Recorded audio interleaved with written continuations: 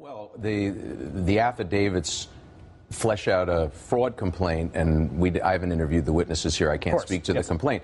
But I can tell you that we do know that they were stringing homeowners along. And I was here 6 weeks ago talking with you when we sent notice to the monitoring committee under the settlement you described that New York, we're the first state to do this, we intend to sue 2 banks, including the one they just sued. Bank of America. Because we'd found hundreds of violations of the timeline rule. So we can't say, we didn't have to allege and we didn't know that what the reason was that their employees were stringing people along. But I guarantee you, we have introduced plenty of evidence that they were stringing people along, repeatedly asking for documents that have been submitted.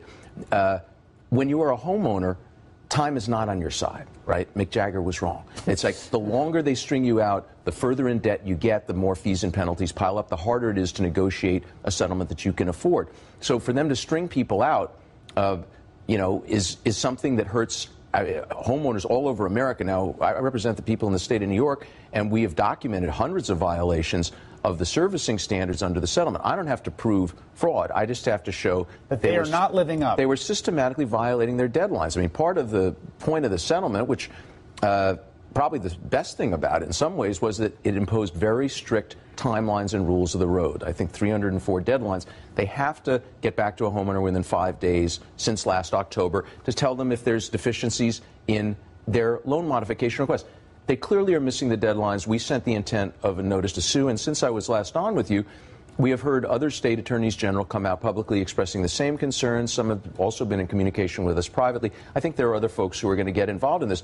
But the allegations in the complaint today really go beyond what we have to prove or we have to allege to provide an explanation for what the incentives were and what the motivation was for the conduct which we've documented, which was delay, delay, delay. Right. So this is, I think, is the important thing. There's so much litigation in this universe, it can get confusing. Like who's suing who settled with who. There's the key thing to understand is there was a period of time when there was just a massive amount of foreclosures in this country that were just like working their way through this system. I think of it about like the snake eating the pig, right? And you see the shape of the pig inside the snake. But that was the foreclosures working their way through this bank system.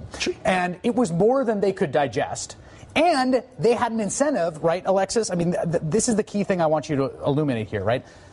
When you read the complaints like the one that were filed privately or by the ones that have been filed by state attorneys general, the question is why? Why are they stringing along people? Will you answer that question for me? Why are they just doing this to mess with people's lives? Hi, this is Sandra. We're talking today about what happened to me with Bank of America. Bank of America cashed a bad check on my account back in April. This is the check, as you can see. They cashed a bad check that I didn't even sign. The check is signed, dietitian.